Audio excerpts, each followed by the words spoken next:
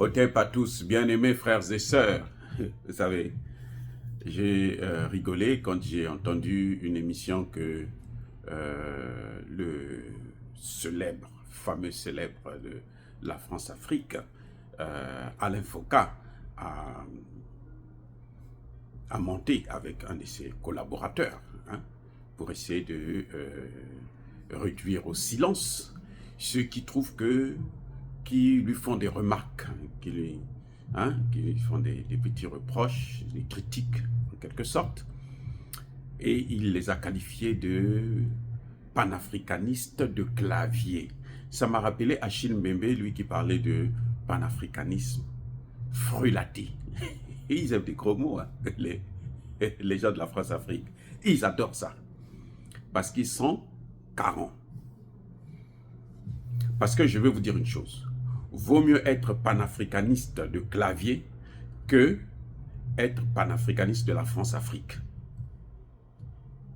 Les amis, vaut mieux être panafricaniste de clavier, encore que panafricaniste de clavier, c'est quoi? C'est un mot vide. C'est vide de tout contenu. Vous savez, même lui, Alain Foka, c'est un panafricaniste. Il est maintenant panafricaniste. Après 31 ans de bons et loyaux services à RFI, maintenant il est panafricaniste. Il n'y a pas de problème, c'est un Africain. C'est notre frère. Nous, on n'a pas de problème pour ça. Nous, sauf que nous, on veut prendre nos précautions. Parce que ces gens-là, même après 50 ans, après 100 ans, ils vont continuer à vous suivre. Je vais vous dire une chose. Vous savez ce que vous voyez au Mali, là? Le projet de l'OCSE, là, quoi là? Hein? Ce projet-là, de la balkanisation du Mali, il date depuis 1958. Mais eux, ils ont les archives. Ils ont décidé, voilà ce qu'on va faire, et puis ça continue jusqu'aujourd'hui.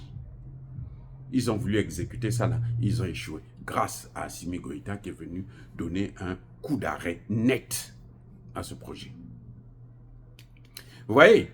Donc, ce que nous faisons, ce n'est pas qu'on est contre Alain Foka, non. C'est un Africain, on ne peut pas être contre lui. On dit tout simplement qu'il faut, on avertit la jeunesse africaine, il faut faire attention. Parce que lui que vous voyez là, il a servi de l'autre côté.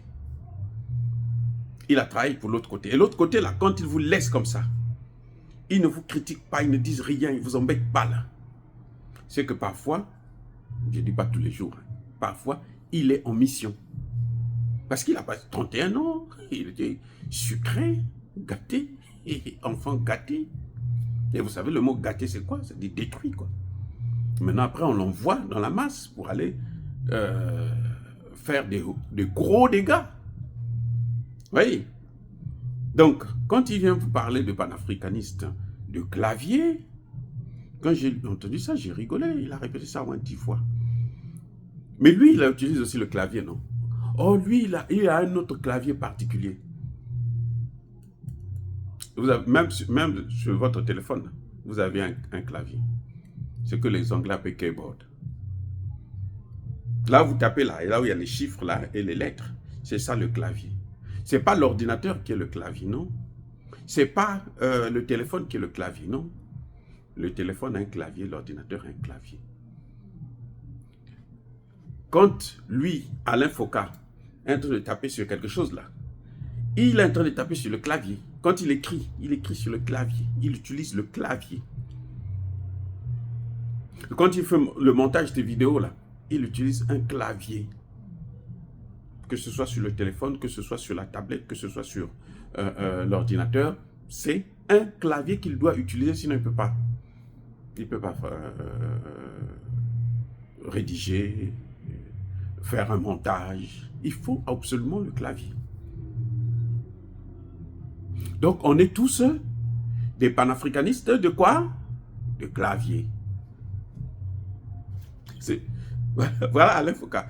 Mais nous, on est panafricanistes de clavier, mais on n'est pas panafricanistes de la France-Afrique.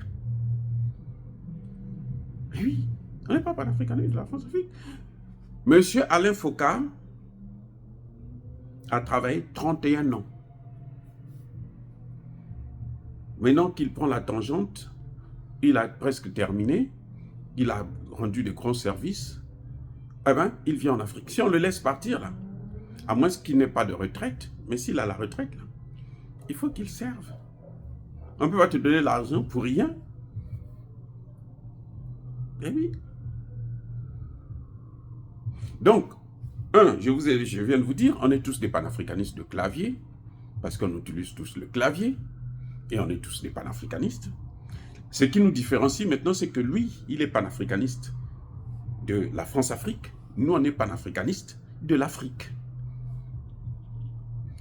Vous allez entendre cette, comment dirais-je, cette interview. Celui qui m'interviewe, c'est le porte-parole de son mouvement, hein, c'est qu'il a créé l'association, ou quoi là, Mansa. C'est lui qui l'a interviewé. Hein? C'est 2 Camerounais. Heureusement que les Camerounais, nous en connaissons des très bons journalistes, très bons analystes, que d'ailleurs lui ne peut pas citer parce que il ne fait pas le poids. S'il n'y avait pas ces gens comme les Bandakani, les Yam Timba, les Berton Tatinda, les professeurs Mbelek, vous voyez tous ces grands-là. Je dis grand par rapport à la connaissance, parce que grand pour moi, c'est pas parce qu'on conduit une Tesla, non. La Tesla, nous tous nous la conduisons. Mais je dis grand parce que quand il fait des analyses, quand il se présente, il réveille les consciences africaines. Pas réveiller les consciences africaines avec des... Quand vous écoutez très bien Alain Foka, je ne dis pas qu'il n'est pas intelligent. Il est très intelligent d'ailleurs. Parce que pour réussir dans ça, il faut être très intelligent. Hein, pour jouer le double jeu là. Il faut être très intelligent. Je ne dis pas le contraire, il est très intelligent. Mais je dis ceci. Si vous ne l'écoutez pas, il vous dit parfois de bonnes choses. Hein. Oui, Alain Foka parfois, il dit des choses pour l'Afrique, en notre faveur, hein, en faveur de la jeunesse africaine. Mais vous savez comment il le dit? Il le dit de façon subliminale. C'est-à-dire que quand il pose une question par exemple, il pose une question, il va prendre un Français là-bas qui est perdu dans... Hein, par exemple Chirac, il amène, Chirac avait dit ceci. Nous pillons l'Afrique depuis des années. Il fait passer Chirac. Ce n'est pas lui qui dit, c'est Chirac qui est en train de dire. Lui, il a seulement posé la question. Et Chirac vient répondre à la question. Quelle est sa position à lui? Vous ne la connaissez pas. Or, ce qui est important, c'est connaître d'abord votre propre position. Je venais de vous citer Banakani. Quand il vous fait une analyse, il prend position. C'est un homme, il prend position. Il dit, moi, c'est ça que je pense. Voilà ma position. Et les gens le suivent parce qu'on dit, oh, ça c'est Banakani, c'est le grand Banakani. Ah, c'est un grand analyste, c'est un grand penseur. Donc, comme lui, il aime ça, nous aussi, on va suivre la position. Mais imaginez que le Banakani faisait comme eux. Oh, lui, il a dit. Il se cache donc derrière. Parce que il n'est pas engagé, il n'est pas responsable. Les amis, et vous allez l'écouter quand il vous parle, par exemple, de Nathalie Yamb ou de Kémy Séba. Il va vous parler de ces gens. Il dit que le combat qu'il mène, il est utile. Mais nous, on ne mène pas le même combat. Et oui, c'est vrai qu'il ne mène pas le même combat. Parce que lui c'est un panafricaniste de la France-Afrique qui, visiblement, reste infiltré. C'est-à-dire que c'est un cheval de Troie qu'on a envoyé au milieu de nous pour venir soit prendre des informations. Quand il peut donner un coup, il donne un coup. Ah oui, il le dit, il dit on n'est pas pareil. On ne s'est jamais rencontrés. Mais c'est mieux qu'eux, ils restent dans leur coin. Ils continuent à faire ce qu'ils sont en train de faire. Eux là-bas, moi ici. Et bien sûr, c'est normal. Ils ne sont pas sur la même longueur d'onde. C'est pour ça d'ailleurs que vous avez du mal à le voir, par exemple, sur Afrique Média. Parce qu'Afrique Média, les gens sont tranchants. Hein. Hey, là-bas, ça rigole pas. Hein. Ah oui, ça rigole pas. Donc, il faut faire la différence. C'est pour ça que quand le fait il n'a pas de mots pour expliquer sa position, il est obligé de dire, insulter les gens de panafricanisme de clavier. alors que lui-même aussi c'est un panafricaniste, le clavier est pire de la France-Afrique. Vous voyez, je crois que les Africains, nous avons trop souffert. Nous avons trop souffert d'abord à cause des nôtres, ceux qui sont autour de nous, là. Ceux qui ont des bonnes positions. C'est ça d'abord qui nous fait le plus mal. Parce que les plus dangereux, justement, ce sont nos propres frères et sœurs.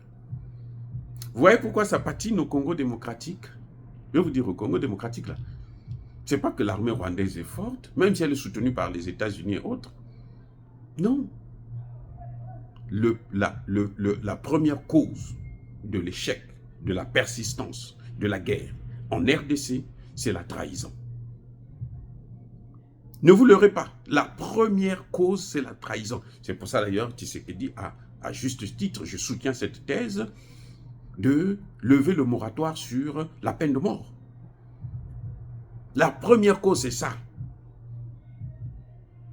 Des hommes et des femmes, il n'y a pas longtemps, on a arrêté une dame qui était adjudant-chef, qui donnait des informations aux Rwandais.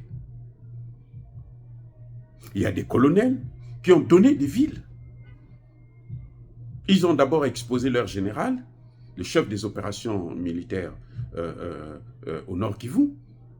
On a tendu une embuscade, il a échappé belle, et puis, entre-temps, croyant qu'il était mort, ben, ils ont laissé les Rwandais rentrer, et ils ont donné les armes de l'armée congolaise, ils ont laissé chez eux. Quand vous entendez les Rwandais occuper les villes, ils ne combattent même pas. Ils viennent, ils rentrent. À cause de quoi? La trahison. Les nôtres qui sont avec les autres, avec l'ennemi. Donc, moi, quand je vois des choses comme ça, moi, je ne peux plus accorder la confiance à n'importe qui. Non. C'est pas question que, bon, on s'en fout d'Alain Foka. Il nourrit personne, il nourrit sa famille. Il ne nous nourrit pas, nous vivons de nos propres moyens aux États-Unis, nous vivons très bien. Moi, je n'ai pas un problème, je vis très bien. Très, très bien. Voilà. Donc, il conduit une Tesla. Bon, moi, j'ai eu la Tesla. Je l'ai conduite depuis, ça fait... Les premières Tesla qui sont sorties, je les ai conduites dans le cadre de mon travail. Les premières, donc je parle de ça il y a 6-7 ans, sinon plus. 2014-2015, quand les Tesla venaient de sortir, là, je les conduis. Donc, vous voyez, ce n'est pas qu'on n'est pas content qu'un frère vienne avec nous, mais on doit se méfier. Ne nous reprochez pas de se méfier. Parce qu'on a trop souffert. Ce qui fait que notre souffrance puisse perdurer, c'est d'abord à cause des nôtres qui sont avec les autres. Nous, on croit qu'ils sont avec nous. On les accepte, on ouvre les bras, et puis ils viennent nous poignarder. Ce que faisait Alain Foka, vous savez qui l'a remplacé? C'est Serge Daniel. Quand vous écoutez Serge Daniel, vous allez penser qu'à Bamako, là, demain, les terroristes vont prendre Bamako encore. Vous allez penser que Kidal n'est pas encore libéré quand vous écoutez Serge Daniel. Vous allez penser que le Burkina Faso, mais c'est même pas la peine, 60% du territoire est toujours dans les mains des terroristes quand vous les écoutez. Ça, c'est son travail à lui. Et demain, il va se lever, il va dire, ah, bon, comme on voit que, bon, là, il n'est plus productif, on va l'envoyer maintenant sur le terrain, qu'il aille infiltrer ces gens-là. Nous, on va ouvrir les bras comme ça, parce qu'il a un nom, Serge Daniel, qui a travaillé chez RFI France 24 ou quoi, parce qu'il s'appelle Alain Foka ou Achille Mbembe. Non, non, souffrez que nous puissions prendre nos dispositions. Vous avez vu l'interview de Alain Foka, quand il a interviewé plutôt le président Traoré. Vous avez vu. Vous savez quoi? Regardez les journalistes de France 24 quand ils sont face à nos chefs d'État. Et faites la différence entre Alain Foka face à Traoré Alain Foka qui est maintenant panafricaniste de Clavier et de la France-Afrique, et les journalistes de la France-Afrique, ou plus de la France-Afrique. Essayez de regarder, prenez une vidéo de ces gens-là, hein, ces occidentaux-là, de Français, et avec un chef d'État africain, prenez Alain Foka, avec Ibrahim Traoré. Là, il n'est plus officiellement de la France-Afrique. Regardez, vous allez voir s'il y a une différence. S'il y a une différence, venez me dire. Même attitude, même arrogance, toujours comme si il était au-dessus des autres. C'est pareil. Il l'a reconnu lui-même. Il dit, lui, il explique ça. Il dit que c'est parce que c'est le travail. Quand je suis dans le travail, il n'y a plus d'amis. Mais il y a le respect. Ah. Écoutez, lui dit, quand on est dans le travail, il n'y a plus d'amis. Quand je me mets là pour interviewer un président, il n'y a plus d'amis. C'est comme si je ne le connaissais pas. Mais il oublie il devrait avoir le respect. Les autres le font parce qu'ils sont par nature, c'est comme ça. Et lui, il a pris, parce qu'il a travaillé tellement longtemps pour eux, il a pris ce caractère, il ne peut plus s'en débarrasser.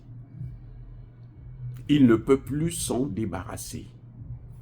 Il a du mal à s'en débarrasser. Et pour ça qu'il le reconnaît, il veut justifier. Mais les gens voient. Vous avez déjà vu Alain Foka interviewer un président américain ou un président français? Vous allez voir qu'il aura les mains entre les cuisses. Si vous trouvez ça, je vous dis, moi je n'ai pas encore vu. Mais si vous avez vu, quand vous allez voir, il aura les mains entre les cuisses. Surtout s'il est à l'Élysée ou à la Maison Blanche. Mais quand il est en Afrique, il vous dit carrément, hein, à l'auditeur, il est dans le palais présidentiel. Il dit, j'ai invité le président. Moi, j'invite le président. Dans son palais, c'est lui qui l'invite. Mais nous connaissons ces choses. Nous voyons, nous comprenons. On n'est pas aussi bête que ça. C'est pour ça que nous, on vous dit seulement... Moi, je vous dis seulement de faire attention. Je ne vous dis pas qu'il ne faut pas le suivre, il est ceci, il est... Non. Je vous dis seulement, faites attention. Parce que, par le passé, et depuis toujours, ce sont d'abord les propres Africains, nos frères et sœurs, qui nous détruisent au profit des autres, parce qu'on leur donne l'argent, parce qu'ils aiment la vie, l'argent, l'opulence, la mégalomanie. C'est ça, c'est ce qu'ils savent faire. Oui, donc quand j'ai vu cette interview, bon, déjà, celui qui interviewait, c'est son type, c'est son complice, j'allais dire. Hein? Peut-être parce que c'est un grand journaliste aussi. Est-ce que c'est par, comment dirais-je, de bonne foi, ou bien c'est préparé comme ça parce que, bon, on va faire le cinéma comme on fait à Hollywood. Mais je vous dis seulement que moi, quand j'ai écouté ça, je n'ai rien retenu de bon, en dehors du fait que, bon, nous on est des panafricanistes de Clavier, lui il est un panafricaniste de je ne sais quoi. Mais en tout cas, moi je pense qu'on est tous des panafricanistes de Clavier, mais lui, il est aussi panafricaniste de la France-Afrique, et c'est ça ce qui fait exactement notre différence. Dire cela, c'est inciter à la haine ou à la violence, non. Il n'y a pas colère. Nous sommes en démocratie, non? C'est eux qui aiment la démocratie. Ils parlent tout le temps de démocratie, démocratie. Donc, quand tu dis là, nous aussi on viendra parler, on va donner notre avis, notre point de vue. Souffrez, que je puisse le dire. Soyez bénis, abondamment bénis par le Dieu des Kémites et par nos ancêtres angélistes. Mais que tous ceux qui persécutent le continent africain, le pillent et le déstabilisent, qu'ils soient noirs, blancs, chinois, arabes, juifs, indiens ou qui qu'ils soient punis, maudits, foudroyés, neutralisés, écrasés, effacés par le Dieu des Kémites et par nos ancêtres angélisés. Vive l'Afrique éternelle. J'ai dit et j'assume.